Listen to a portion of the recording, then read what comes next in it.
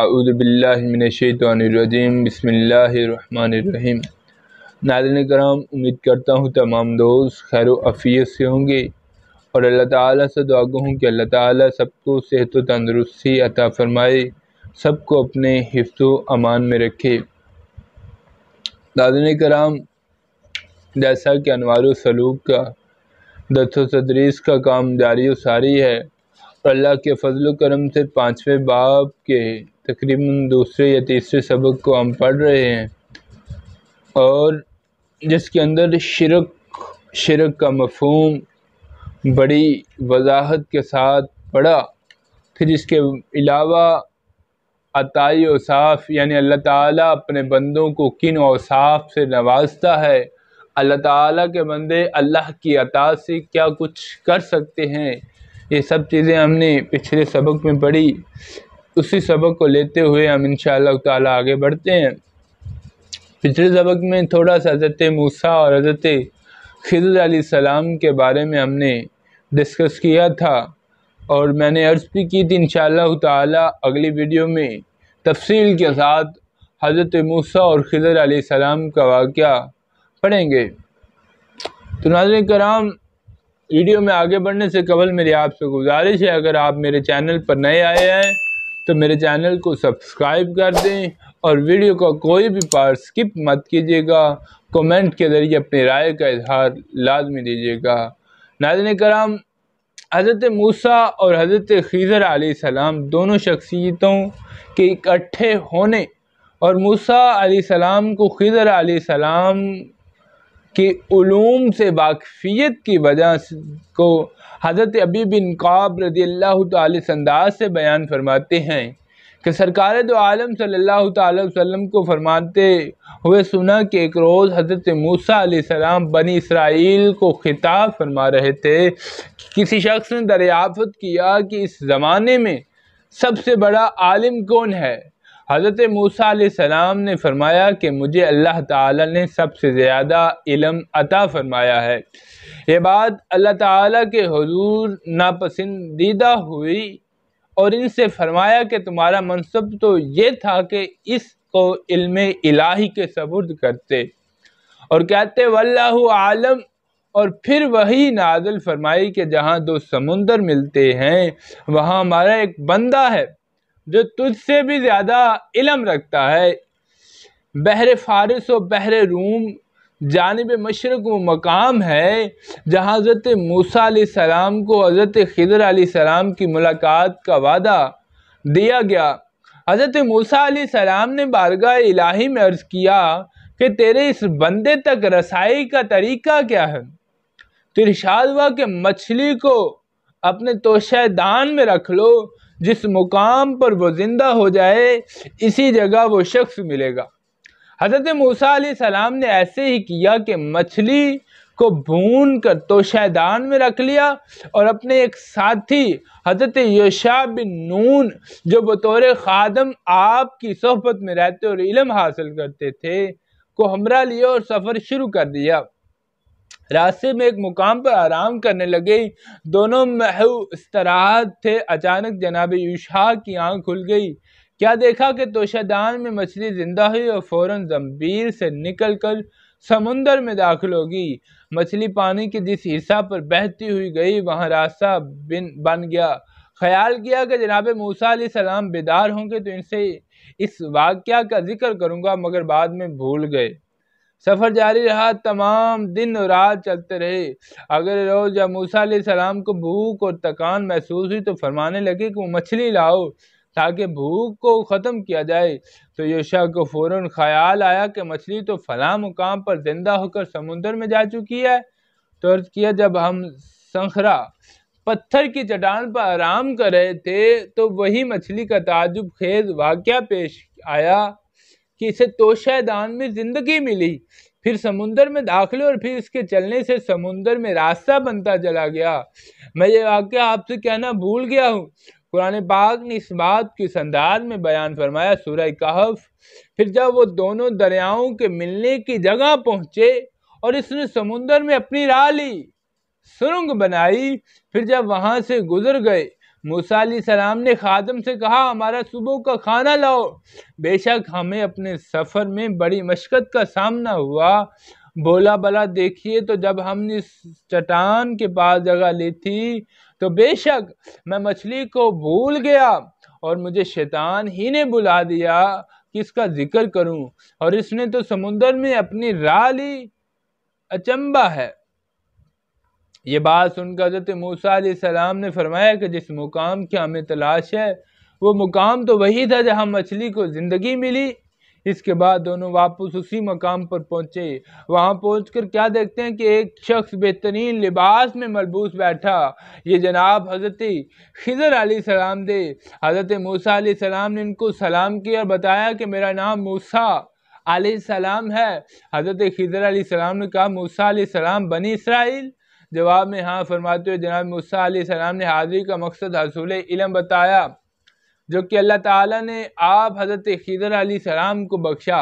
حضرت خضر علیہ السلام نے کہا کہ آپ میرے ساتھ رہ کر معاملات پر صبر نہ کر سکیں گے، خدا تعالیٰ مجھ کو تکوینی رموز و اسرار کا وہ علم عطا فرمایا کہ جو آپ کو نہیں دیا، اور آپ کو تشریعی علوم کا وہ علم عطا فرمایا جو مجھے نہیں دیا۔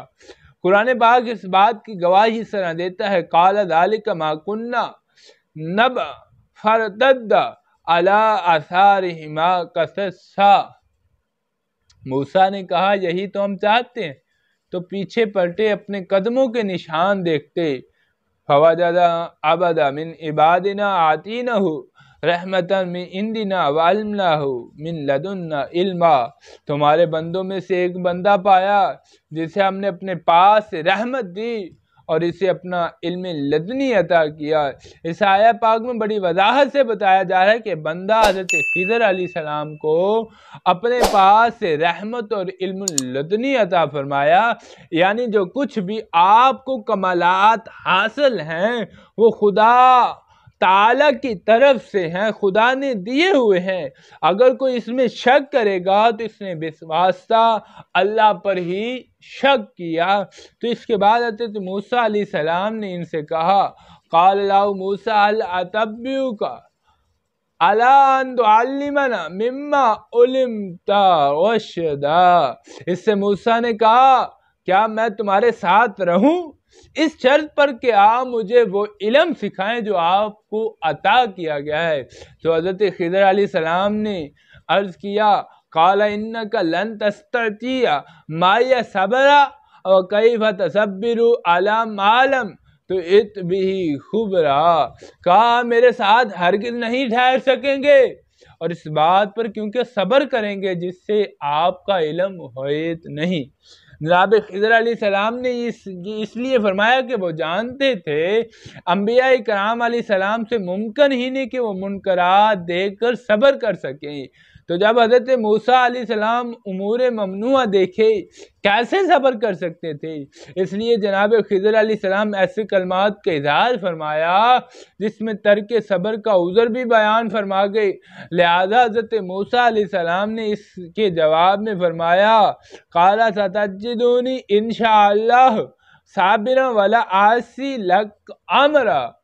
کہا عنقریب اللہ چاہے تو تم مجھے صابر پاؤ گے اور میں تمہارے کسی حکم کے خلاف نہیں جاؤں گا، نہیں کروں گا۔ یہاں یہ بات قابل غور ہے کہ موسیٰ علیہ السلام نے صابر ہونے کا وعدہ کیا، مگر پھر بھی شرعی احترام کے پیش نظر انشاءاللہ یعنی اگر اللہ نے چاہا تو مجھے صابر پاؤ گے کا کلمہ استعمال کیا۔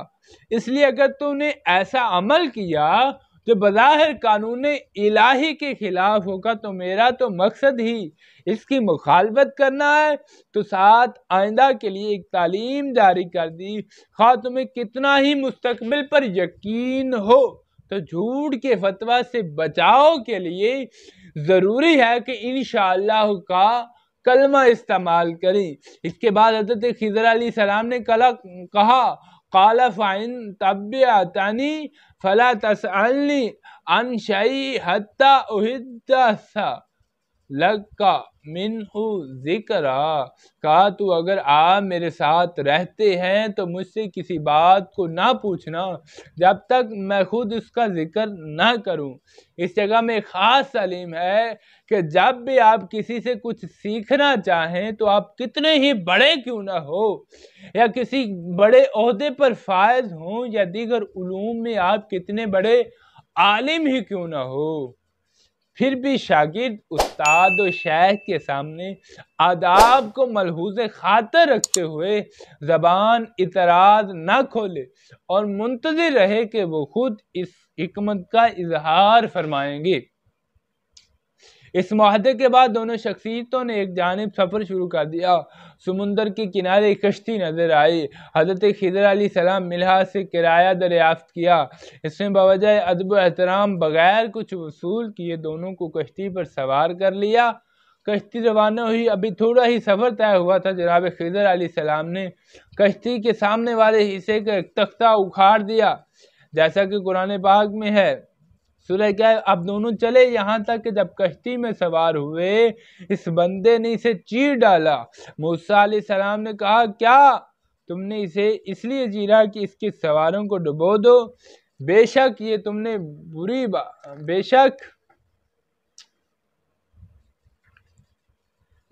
بری بات کی۔ حضرت خضر علیہ السلام نے جواب دیا، کہا، کیا میں نہیں کہتا تھا کہ آپ میرے ساتھ ہرگز نہ ٹھہر سکیں گے؟ کشتی کے معاملہ میں موسیٰ علیہ السلام صابر و ضابط نہ رہ سکے۔ حضرت خضر علیہ السلام کے کہنے لگے کہ کشتی والوں نے ہمارا احترام کرتے ہوئے احسان کیا کہ بغیر معاوضہ لیے ہم دونوں کو سوار کیا، اور آپ نے اس کا یہ صلہ دیا کہ کشتی میں سوراخ کر دیا کہ سب سوار اور کشتی ڈوب جائے، یہ غیر مناسب کام ہے۔ تو خضر علیہ السلام نے کہا، میں پہلے ہی کہہ چکا ہوں کہ آپ میری باتوں پر صبر نہیں کر سکیں گے۔ موسیٰ علیہ السلام نے فرمایا کہ اس بات کو بالکل بھول چکا ہوں، آپ میری اس بھول چوک پر مواخذہ نہ کریں اور میرے معاملہ میں سخت گیری اختیار نہ کریں۔ حضور نبی کریم نے فرمایا، یہ پہلا سوال واقعہ موسیٰ علیہ السلام کی بھول کی وجہ سے تھا۔ قال لا تؤاخذنی بما نسیت ولا ترہقنی من امری عسرا، کہا موسیٰ نے مجھ سے میری بھول پر گرفت نہ کرو اور مجھ پر میرے کام میں مشکل نہ ڈالو۔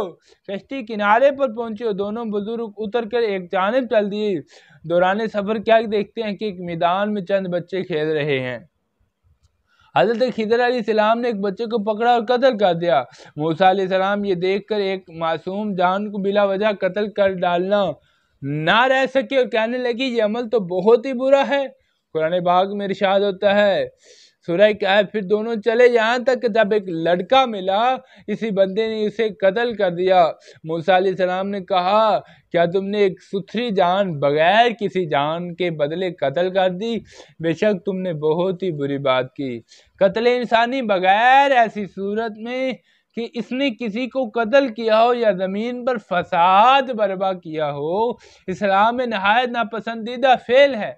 ہر انسان کا اولین حق بحیثیت انسان زندہ رہنا، شرعی اصول کے پیش نظر کسی کو یہ حق حاصل نہیں کہ وہ دوسرے انسان، خواہ وہ کسی قوم، کسی قبیلے اور کسی نسل سے متعلق ہے، کو قتل کرے، بلکہ انسانی جان کا احترام دوسرے پر فرض ہے۔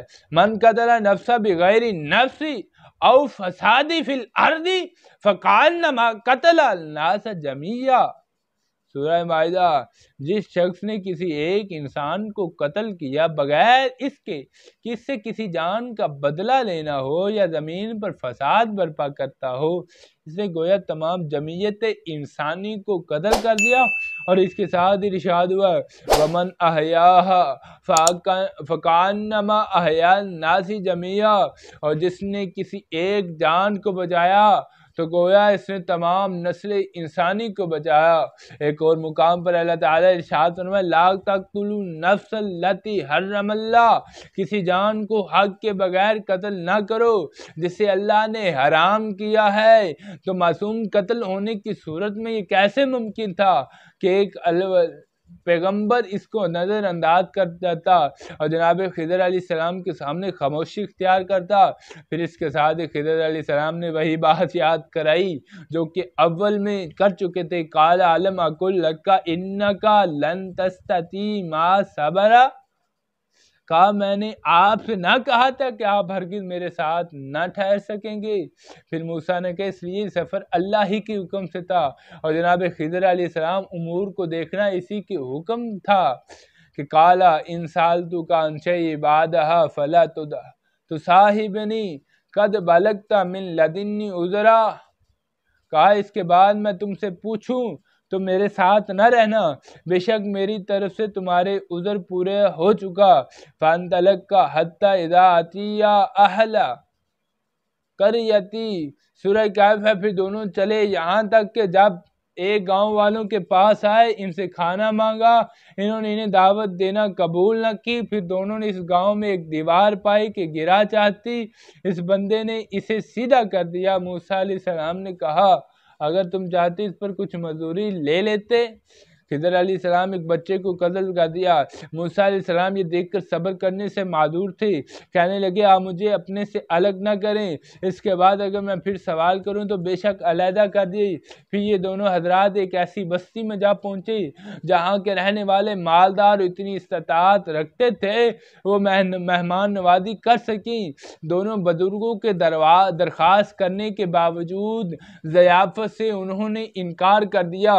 یہ حضرات ابھی بستی سے نکلے نہیں تھے کہ ایک جھکی ہوئی جو کہ گرنے کے قریب تھی دیوار پر نظر پڑی۔ خضر علیہ السلام نے اپنے دستے اقدس سے اس کو سیدھا کر دیا۔ موسیٰ علیہ السلام نے خضر علیہ السلام کے کہا ہم اس بستی میں بحیثیت مسافر داخل ہوئے، انہوں نے نہ تو ہمیں کھانا دیا اور نہ ہی رہنے کے لیے جگہ، آپ نے یہ کیا کیا کہ بغیر کسی اجرت کی ان کے ایک باشندے کی دیوار درست کر دی؟